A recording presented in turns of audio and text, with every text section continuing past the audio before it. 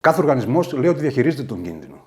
Όταν όμως ρωτήσεις ποιος είναι ο μεγαλύτερος κίνδυνος που αντιμετωπίζετε σήμερα, οι περισσότεροι δεν μπορούν να απαντήσουν.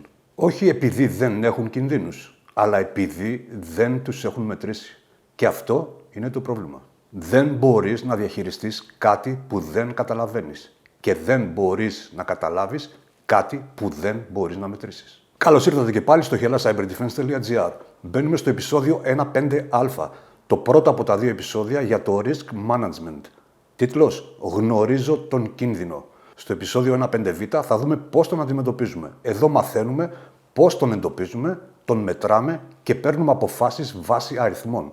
Θα καλύψουμε τον ορισμό και τα τρία βήματα του Risk Management. Την αξιολόγηση assets, ποιοτική και ποσοτική, την ανάλυση κινδύνου, απειλές, αδυναμίες, επιπτώσεις, πιθανότητα, τον υπολογισμό της ετήσιας αναμενόμενης απώλειας βήμα-βήμα και τις 4 στρατηγικές αντιμετώπισης του κινδύνου.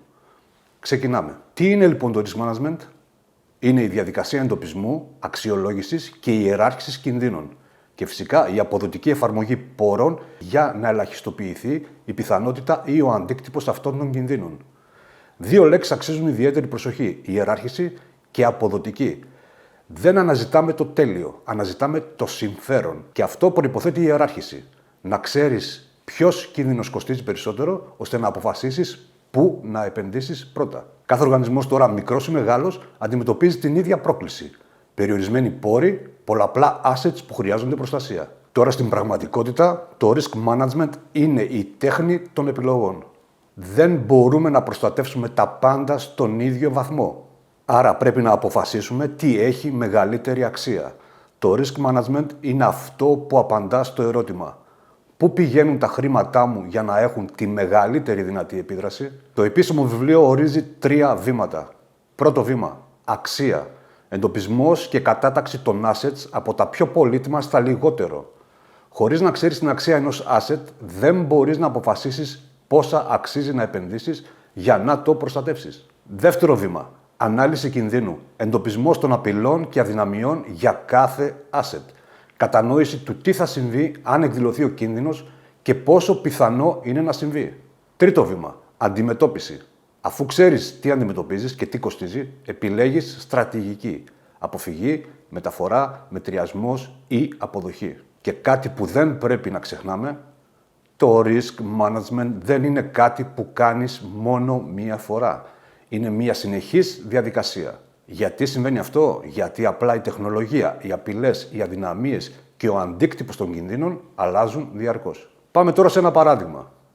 Σε ένα μεγάλο ελληνικό χρηματοπιστωτικό ίδρυμα, κάθε νέο asset, νέα εφαρμογή, νέος εξοπλισμός, νέος πάροχος ενεργοποιεί αυτόματα διαδικασία αξιολόγησης κινδύνου. Δεν είναι επιλογή, είναι υποχρέωση βάσει του υποπτικού πλαισίου. Πριν εντοπίσεις κινδύνους, πρέπει να ξέρεις τι προστατεύεις. Και για να το ξέρεις, πρέπει να αξιολογήσεις τα assets σου. Τι είναι asset λοιπόν? Προσέξτε, γιατί εδώ υπάρχει μία παγίδα. Οι περισσότεροι σκέφτονται servers, laptops και εφαρμογές. Συχνά όμως το πιο πολύτιμο asset είναι κάτι άειλο. Όπως για παράδειγμα, είναι η φήμη, είναι η εμπιστοσύνη των πελατών, είναι η δυνατότητα του οργανισμού να συνεχίσει να λειτουργεί. Οτιδήποτε έχει αξία για τον οργανισμό: κτίρια, εξοπλισμός, πληροφοριακά συστήματα, κρίσιμες επιχειρηματικές διεργασίες, η φήμη της εταιρείας.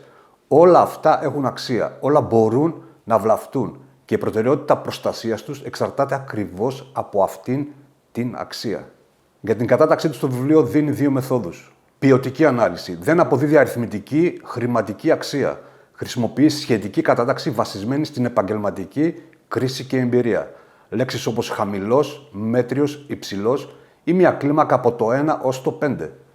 Είναι σχετικά απλή και αποτελεσματική, ιδανική για να έχεις γρήγορα μια πρώτη εικόνα προτεραιοτήτων. Ποσοτική ανάλυση. Αποδίδει εκτιμόμενες χρηματικές αξίες σε κάθε asset και κάθε κίνδυνο. Παράγει αριθμούς. Ετήσια αναμενόμενη απώλεια. Κόστος ανασυμβάν, που επιτρέπουν συγκεκριμένες επιχειρηματικές αποφάσεις. Αλλά προσέξτε, είναι εξαιρετικά δύσκολη στην εφαρμογή της. Τα περισσότερα νούμερα που χρειάζεσαι είναι δύσκολο να εκτιμηθούν με ακρίβεια και απαιτεί σημαντικό χρόνο και πόρους. Στην πράξη, συνδυασμός. Ποιοτική ανάλυση για τον αρχικό έλεγχο όλων των assets. Ποσοτική μόνο για αυτά που κατατάχθηκαν ως κρίσιμα. Εκεί αξίζει πραγματικά ο κόπος. Παράδειγμα, σε μια ελληνική τράπεζα, ποιοτική ανάλυση χρησιμοποιείται για να κατατάξουν τα συστήματα σε κρίσιμα υψηλής μέτριας και χαμηλής σημασίας. Η ποσοτική ανάλυση με υπολογισμό ετήσιας αναμενόμενης απώλειας εφαρμόζεται μόνο στα κρίσιμα. Γιατί απαιτεί σημαντικούς πόρους. Τώρα, αφού αξιολογήσαμε τα assets, εντοπίζουμε τους κινδύνους. Και εδώ το βιβλίο ξεκινά με κάτι που πολλοί παραβλέπουν. Η ανάλυση κινδύνου δεν είναι δουλειά του τμήματος πληροφορικής μόνο. Χωρίς τη συμμετοχή της ανώτατης διοίκησης και των ιδιοκτητών των assets, δεν είναι αποτελεσματική. Γιατί συμβαίνει αυτό? Γιατί οι ιδιοκτήτες των assets κατανοούν καλύτερα από οποιονδήποτε άλλο την αξία τους για τον οργανισμό. Εάν δεν εμπλακούν ουσιαστικά στη διαδικασία, τα αποτελέσματα θα είναι ελλειπή. Είναι επιχειρηματική διαδικασία και όχι τεχνική. Για να υπάρξει τώρα κίνδυνος, χρειάζονται 3 στοιχεία μαζί: asset, απειλή και αδυναμία ή τροτότητα. Αν λείπει οποιοδήποτε από τα 3, δεν υπάρχει κίνδυνος. Απειλή, threat. Κάθε πιθανός κίνδυνος, οτιδήποτε μπορεί να βλάψει ένα asset. Παραδείγματα: hackers, σεισμοί, ransomware, επιθέσεις κοινωνικής μηχανικής, δυσαρεστημένοι υπάλληλοι. Οι απειλές μπορεί να είναι φυσικές, τεχνικές, φυσικής παρουσίας ή ανθρώπινες. Vulnerability, αδυναμία ή τροτότητα. Κάθε αδυναμία που υπάρχει και μπορεί να εκμεταλλευτεί μία απειλή. Ένα σύστημα χωρίς ενημερώσεις είναι αδυναμία. Μία διαδικασία χωρίς επαλήθευση είναι αδυναμία. Ένας υπάλληλος χωρίς εκπαίδευση είναι αδυναμία. Αντίκτυπος, impact. Η έκταση στην οποία ένα asset θα επηρεαστεί αρνητικά εάν εκδηλωθεί ο κίνδυνος. Ο αντίκτυπος μπορεί να αφορά εμπιστευτικότητα, ακεραιότητα, διαθεσιμότητα, confidentiality, integrity, availability, αλλά και οικονομικές ζημιές, φήμη, νομική ευθύνη, ιδιωτικότητα. Πιθανότητα, likelihood. Πόσο πιθανό είναι ο κίνδυνος να εκδηλωθεί λόγω μιας απειλής που εκμεταλλεύεται μία αδυναμία. Είναι ο βαθμός έκθεσης. Πόσο συχνά αναμένεται να συμβεί. Θυμηθείτε τώρα το εξής. Vulnerability χωρίς threat δεν δημιουργεί κίνδυνο. Threat χωρίς vulnerability δεν δημιουργεί κίνδυνο. Και τα δύο χωρίς asset φυσικά δεν έχουν καμία σημασία. Χρειάζονται και τα 3 μαζί. Και κάτι κρίσιμο. Ακόμα και αφού εφαρμόσεις controls, θα παραμείνει πάντα κάποιο επίπεδο κινδύνου. Αυτό που ονομάζουμε υπολοιπόμενο κινδύνου. Residual risk. Ο κίνδυνος δεν εξαλείφεται ποτέ πλήρως. Αυτό δεν είναι αποτυχία, είναι πραγματικότητα. Ένα παράδειγμα από τον χώρο της ενέργειας. Asset. Σύστημα διαχείρισης δικτύου. SCADA. Απειλή. Επίθεση ransomware. Αδυναμία. Παλαιά συστήματα χωρίς ενημερώσεις. Αντίκτυπος. Διακοπή ηλεκτρικής ενέργειας σε εκατομμύρια καταναλωτές. Πιθανότητα. Μέτρια. Λόγω παρόμοιων επιθέσεων σε γειτονικές χώρες. Αποτέλεσμα. Υψηλός κίνδυνος. Το βιβλίο τώρα ορίζει με ακρίβεια τις βασικές έννοιες και δείχνει πώς συνδέονται μεταξύ τους σε έναν κύκλο. Ας τις δούμε με τη σειρά. Φορέας απειλής, threat agent. Το υποκείμενο που έχει τη δυνατότητα να προκαλέσει βλάβη. Εξωτερική επιτιθέμενη, εσωτερική επιτιθέμενη, δυσαρεστημένοι υπάλληλοι. Ο φορέας απειλής δημιουργεί την απειλή. Απειλή, threat. Κάθε πιθανός κίνδυνος. Η απειλή εκμεταλλεύεται αδυναμίες. Επίθεση, attack. Κάθε επιζήμια ενέργεια που εκμεταλλεύεται μία αδυναμία. Αδυναμία, vulnerability. Ένα κενό σε ένα asset που μπορεί να εκμεταλλευτεί μία απειλή. Οδηγεί στον κίνδυνο. Κίνδυνος, risk. Η πιθανότητα μία απειλή να εκμεταλλευτεί μία αδυναμία και να βλάψει ένα asset. Ο κίνδυνος μπορεί να προκαλέσει ζημιά στο asset. Έκθεση και αντίκτυπος. Exposure and impact. Οι αρνητικές συνέπειες εάν εκδηλωθεί ο κίνδυνος. Μέτρα προστασίας, safeguards ή countermeasures. Κάθε ενέργεια ή μηχανισμός που μειώνει τον κίνδυνο. Αντιμετωπίζουν τον κίνδυνο και οδηγούν στον υπολοιπόμενο κίνδυνο, residual risk. Και εδώ το κρίσιμο σημείο. Τα μέτρα προστασίας μειώνουν τον κίνδυνο, δεν τον εξαλείφουν. Γι' αυτό πάντα παραμένει υπολοιπόμενος κίνδυνος. Αυτός ο κύκλος τώρα, από τον φορέα απειλής μέχρι τον υπολοιπόμενο κίνδυνο, είναι η λογική πίσω από κάθε αξιολόγηση κινδύνου. Μάθε τον καλά. Περνάμε τώρα στην καρδιά της ποσοτικής ανάλυσης κινδύνου. Και αυτό είναι το τμήμα που εξετάζεται πιο συχνά στο CISSP. Μείνετε μαζί μου. Η ποσοτική ανάλυση, quantitative analysis, απαιτεί να υπολογίσουμε πόσο κοστίζει ένας κίνδυνος ανά χρόνο εάν δεν αντιμετωπιστεί. Αυτός ο αριθμός λέγεται ετήσια αναμενόμενη απώλεια, annual loss expectancy. ALE.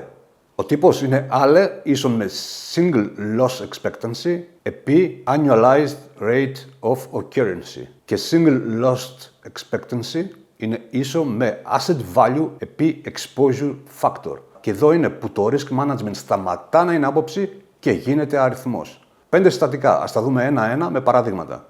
Αξία Asset Value. Η χρηματική αξία του asset. Παράδειγμα, σύστημα παρακολούθησης καμερών που κοστίζει 2.000 ευρώ. Συντελεστής έκθεσης, exposure factor. Ποσοστό της αξίας του asset που χάνεται εάν εκδηλωθεί ο κίνδυνος. Πάντα μεταξύ 0 και 100%. Παράδειγμα, υπερτάσεις καταστρέφουν μια κάμερα από 10. Άρα, exposure factor είναι το 1 δέκατο, 10%. Απώλεια ανασυμβάν, single loss expectancy. Πόσο κοστίζει ένα περιστατικό? Υπολογισμός asset value επί exposure factor. Στο παράδειγμά μας, 2.000 ευρώ επί 10%, άρα 200 ευρώ ανά περιστατικό. Ετήσια συχνότητα εμφάνισης, ARO, Annualized Rate of Occurrence.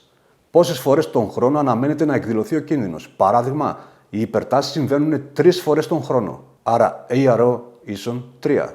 Ετήσια αναμενόμενη απώλεια, ALE, Annualized Loss Expectancy, το ετήσιο κόστος του κινδύνου, υπολογισμός SLE επί ARO.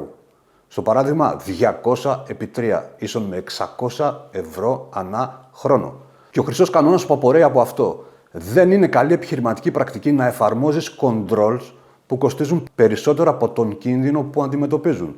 Εάν το κόστος ενός control υπερβαίνει την ετήσια αναμενόμενη απώλεια, η σωστή επιχειρηματική απόφαση είναι απλά να αποδεχθείς τον κίνδυνο. Και αυτή η απόφαση ανήκει στον ιδιοκτήτη του asset και όχι στον σύζο από μόνο του. Τώρα πάμε να κάνουμε τον υπολογισμό του ALE βήμα-βήμα με ένα παράδειγμα. Σενάριο: Ελληνική τράπεζα. Το σύστημα ηλεκτρονικής τραπεζικής e-banking. Εκτιμόμενη αξία 2 εκατομμύρια. Κίνδυνος: επίθεση ransomware που κρυπτογραφεί το 40% των δεδομένων και απαιτεί αποκατάσταση. Ιστορικά δεδομένα δείχνουν 2 παρόμοια περιστατικά σε 5 χρόνια στον κλάδο. Βήμα πρώτο: αξία asset. Όπως είπαμε, 2 εκατομμύρια ευρώ. Βήμα δεύτερο: συντελεστής έκθεσης, exposure factor. Ransomware κρυπτογραφεί 40% των δεδομένων. Κόστος αποκατάστασης, διακοπή λειτουργίας, έρευνα. Συντελεστής 40%. Βήμα 3. Απώλεια ανά συμβάν. Όπως βλέπω είναι asset value επί exposure factor. 2 εκατομμύρια επί 40%. Άρα μιλάμε για 800.000 ευρώ ανά περιστατικό. Βήμα 4. Ετήσια συχνότητα εμφάνισης. 2 περιστατικά σε 5 χρόνια. Άρα μιλάμε για 4 περιστατικά στα 10 χρόνια. Άρα μιλάμε για 0,4 ανά χρόνο. Βήμα 5. Ετήσια αναμενόμενη απώλεια. SLE επί ARO. Είναι ίσο με 800.000 επί 0,4. Άρα τελικό ποσό 320.000 ανά χρόνο. Η απόφαση τώρα. Κάποιος vendor προσφέρει λύση προστασίας με ετήσιο κόστος 80.000 ευρώ. Η ετήσια αναμενόμενη απώλεια είναι 320.000 ευρώ. Το control κοστίζει 80.000. Αξίζει 4 φορές το κόστος του. Άρα αγοράζεις. Αλλά τι θα συνέβαινε εάν το control κόστιζε 400.000 ευρώ ανά χρόνο? Τότε η σωστή επιχειρηματική απόφαση θα ήταν να αποδεχθείς τον κίνδυνο και να αναζητήσεις πιο αποδοτική λύση. Σημείωση για το exam. Η ετήσια συχνότητα εμφάνισης μπορεί να είναι κλάσμα. Ένα περιστατικό κάθε 5 χρόνια. Άρα μιλάμε για 2 περιστατικά στα 10 χρόνια. 0,2. Ένα κάθε 2 χρόνια. Είναι 0,5. Μην μπερδεύεις αυτόν τον αριθμό με ποσοστό πιθανότητας. Σημείωση για το exam. Η ετήσια συχνότητα εμφάνισης μπορεί να είναι κλάσμα. Ένα περιστατικό κάθε 5 χρόνια, δηλαδή 2 περιστατικά κάθε 10, είναι 0,2. Ένα περιστατικό κάθε 2 χρόνια, άρα μιλάμε για 5 περιστατικά κάθε 10 χρόνια, στο κάνω πιο απλό, είναι 0,5. Μην μπερδεύεις αυτόν τον αριθμό με ποσοστό πιθανότητας. Μετά την ανάλυση επιλέγουμε πώς θα αντιμετωπίσουμε τον κίνδυνο. 4 στρατηγικές, κάθε μία έχει λεπτές διαφορές που εξετάζονται στο CISSP. Αποφυγή, avoid. Σταματάς να κάνεις αυτό που σε εκθέτει στον κίνδυνο. Αν δεν μπορείς να αποδεχτείς τον κίνδυνο και δεν υπάρχει άλλη λύση, σταματάς τη δραστηριότητα. Αλλά εδώ κρύβεται κάτι που πολλοί αγνοούν. Όταν αποφεύγεις έναν κίνδυνο, χάνεις και τα ωφέλη της δραστηριότητας. Αυτό λέγεται κόστος ευκαιρίας. Γι' αυτό η αποφυγή δεν είναι συνήθως η πρώτη επιλογή. Γιατί οι οργανισμοί που δεν αναλαμβάνουν κανέναν κίνδυνο δεν αναπτύσσονται. Πάμε σε ένα παράδειγμα. Μία τράπεζα που αρνείται να αναπτύξει ηλεκτρονική τραπεζική επειδή φοβάται κυβερνοεπίθεση. Αποφεύγει μεν τον κίνδυνο, αλλά χάνει πελάτες και έσοδα από τους ανταγωνιστές. Μεταφορά, transfer. Μεταφέρει την οικονομική ευθύνη του κινδύνου σε τρίτο, συνήθως μέσω ασφάλισης κυβερνοκινδύνων. Κρίσιμο σημείο που εξετάζεται, η μεταφορά δεν εξαλείφει τον κίνδυνο. Η επίθεση φυσικά και μπορεί να συμβεί. Η βλάβη στη φήμη φυσικά και μπορεί να υπάρξει. Η διακοπή λειτουργίας θα γίνει. Απλά δεν πληρώνεις εσύ το οικονομικό κόστος. Παράδειγμα, μετά από περιστατικό διαρροής δεδομένων στον δημόσιο και ιδιωτικό τομέα, αρκετοί ελληνικοί οργανισμοί ξεκίνησαν να αξιολογούν ασφάλιση κυβερνοκινδύνων ως στρατηγική μεταφοράς. Μετριασμός, mitigate. Εφαρμόζεις controls για να μειώσεις τον κίνδυνο σε αποδεκτό επίπεδο. Είναι η πιο κοινή στρατηγική. Δεν εξαλείφεις τον κίνδυνο. Τον μειώνεις.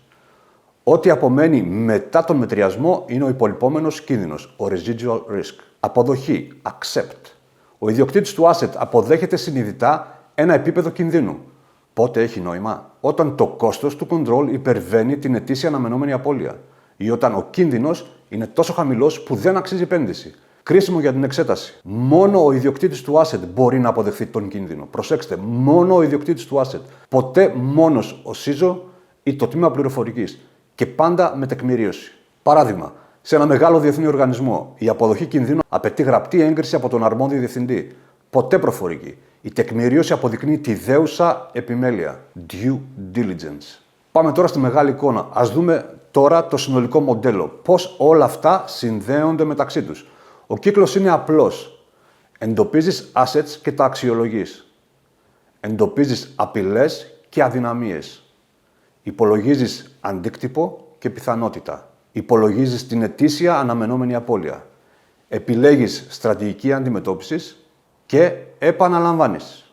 Και η κεντρική τώρα λογική που ενώνει τα πάντα. Κάθε απόφαση ασφαλείας είναι επιχειρηματική απόφαση. Δεν εφαρμόζεις ένα control επειδή φοβάσαι. Το εφαρμόζεις επειδή η ετήσια αναμενόμενη απώλεια υπερβαίνει το κόστος του. 3 αλυσίδες που πρέπει να θυμάστε. Η αξιολόγηση assets τροφοδοτεί την ανάλυση κινδύνου. Χωρίς να ξέρεις την αξία του asset, δεν μπορείς να υπολογίσεις την απώλεια ανά περιστατικό. Η ανάλυση κινδύνου τροφοδοτεί τον υπολογισμό της ετήσιας απώλειας. Χωρίς απειλές, αδυναμίες, αντίκτυπο και συχνότητα, δεν έχεις αριθμούς. Ο υπολογισμός ετήσιας απώλειας τροφοδοτεί την επιλογή στρατηγικής.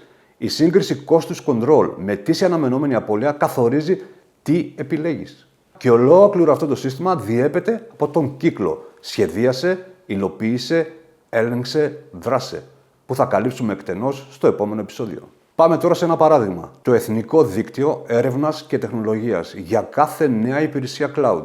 Έχουμε αξιολόγηση αξίας, ανάλυση κινδύνου, υπολογισμός κόστους αδράνειας ή παραβίασης ανά έτος, επιλογή στρατηγικής, μετριασμός με κρυπτογράφηση και πολυπαραγοντική αυθεντικοποίηση, multi-factor authentication, μεταφορά με ασφάλιση για τον υπολοιπόμενο κίνδυνο, επανάληψη φυσικά ετησίως.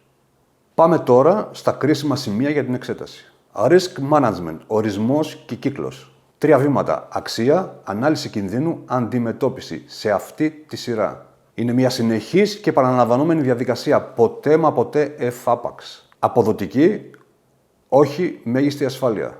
Αξιολόγηση assets. Ποιοτική, σχετική κατάταξη, λέξεις όπως υψηλός, μέτριος, χαμηλός, είναι απλή και αποτελεσματική. Ποσοτική, εδώ έχουμε χρηματικές αξίες, έχουμε αριθμητικά νούμερα, πλήρης αριθμητικοποίηση, δύσκολη και χρονοβόρα. Στην πράξη θέλουμε συνδυασμό των δύο. Ανάλυση κινδύνου, 4 στοιχεία, απειλή κάθε πιθανός κίνδυνος, αδυναμία ή τροτότητα κενό που μπορεί να εκμεταλλευτεί η απειλή, αντίκτυπος CIA, confidentiality, integrity, availability, συν οικονομικός, συν φήμη, συν νομικός, συν ιδιωτικότητα. Πιθανότητα, πόσο συχνά αναμένεται να εκδηλωθεί. Υπολοιπόμενος κίνδυνος πάντα υπάρχει, βάλτε το καλά στο μυαλό σας, πάντα υπάρχει, ο κίνδυνος ποτέ δεν εξαλείφεται πλήρως. Οι ιδιοκτήτες assets πρέπει να εμπλέκονται βαθιά στην ανάλυση. Υπολογισμός ετήσιας αναμενόμενης απώλειας, μάθε τους τύπους απ' έξω. Asset value είναι η αξία του asset. Exposure factor είναι ο συντελεστής έκθεσης της 100 μεταξύ 0 και 100. SLA, Single Loss Expectancy, είναι το κόστος αναπεριστατικό. ARO, Annualized Rate of Occurrence, πόσες φορές ανά χρόνο, μπορεί να είναι κλάσμα 0,2 ή 0,5 και ούτω καθεξής. Αλλά είναι το ετήσιο κόστος κινδύνου, Annualized Loss Expectancy. Αν το κόστος του control είναι μεγαλύτερο από το ALE, τότε η απόφαση είναι μονόδρομος. Αποδεχόμαστε τον κίνδυνο. Στρατηγικές αντιμετώπισης. Αποφυγή. Σταματάς τη δραστηριότητα. Κόστος ευκαιρίας. Όχι η πρώτη επιλογή. Μεταφορά ασφάλισης. Ο κίνδυνος δεν εξαλείφεται. Μόνο η οικονομική ευθύνη μεταφέρεται. Μετριασμός. Εφαρμόζεις controls. Προσοχή. Εφαρμόζεις controls. Η πιο κοινή στρατηγική. Αποδοχή. Μόνο ο ιδιοκτήτης του asset αποφασίζει. Πάντα με τεκμηρίωση. Παγίδες κατά την εξέταση. ARO, Annualized Rate of Occurrence, 0,2 είναι διαφορετικό από το 20% πιθανότητα. Σημαίνει ένα περιστατικό κάθε 5 χρόνια. Μεταφορά κινδύνου είναι διαφορετικό από την εξάλειψη κινδύνου. Αποδοχή κινδύνου. Μόνο ιδιοκτήτης asset. Ποτέ μόνος του ο CISO. Υπολοιπόμενος κίνδυνος υπάρχει πάντα, ακόμα και μετά τα controls. Αυτό λοιπόν ήταν το επεισόδιο 1.5α. Γνωρίζω τον κίνδυνο. Ξεκινήσαμε με έναν οργανισμό που ξόδευε 500.000 ευρώ σε ασφάλεια χωρίς να έχει μετρήσει ποτέ τον κίνδυνο που αντιμετώπιζε. Και καλύψαμε ακριβώς τα εργαλεία που χρειάζονται για να μην γίνεις εκείνος ο οργανισμός. Τον ορισμό και τα 3 βήματα του risk management, την αξιολόγηση assets με ποιοτική και ποσοτική ανάλυση, την ανάλυση κινδύνου με απειλές, αδυναμίες, αντίκτυπο και πιθανότητα, τον υπολογισμό ετήσιας αναμενόμενης απώλειας βήμα-βήμα και τις 4 στρατηγικές αντιμετώπισης. Στο επεισόδιο τώρα 1.5β αντιμετωπίζω τον κίνδυνο, μπαίνουμε στο λειτουργικό κομμάτι, τους 7 τύπους controls και τις 3 κατηγορίες τους. Μέτρα προστασίας έναντι αντιμέτρων, λειτουργικότητα και διασφάλιση, επιλογή controls, πόση ασφάλεια τελικά είναι αρκετή και τα πλαίσια διαχείρισης κινδύνου, NIST και ISO 31000. Με τον κύκλο σχεδίασε, υλοποίησε, έλεγξε, δράσε στο επίκεντρο. Αν θέλεις τώρα να δοκιμάσεις τον εαυτό σου πριν το επεισόδιο 1.5β, πάρε ένα asset της δουλειάς σου και υπολόγισε την ετήσια αναμενόμενη απώλεια. Με εκτιμόμενα νούμερα φυσικά. Δες αν το αποτέλεσμα σε εκπλήσει. Κάνε λοιπόν subscribe για να μην χάσεις κανένα επεισόδιο και φυσικά το 1.5β που είναι πολύ σημαντικό και επισκέψου το hellacyberdefense.gr. Αν το σημερινό επεισόδιο σας άφησε με μία μόνο σκέψη, θέλω να είναι αυτή. Ο μεγαλύτερος κίνδυνος δεν είναι αυτός που φοβάσαι περισσότερο. Είναι αυτός που δεν έχεις μετρήσει ποτέ. Σας ευχαριστώ πολύ.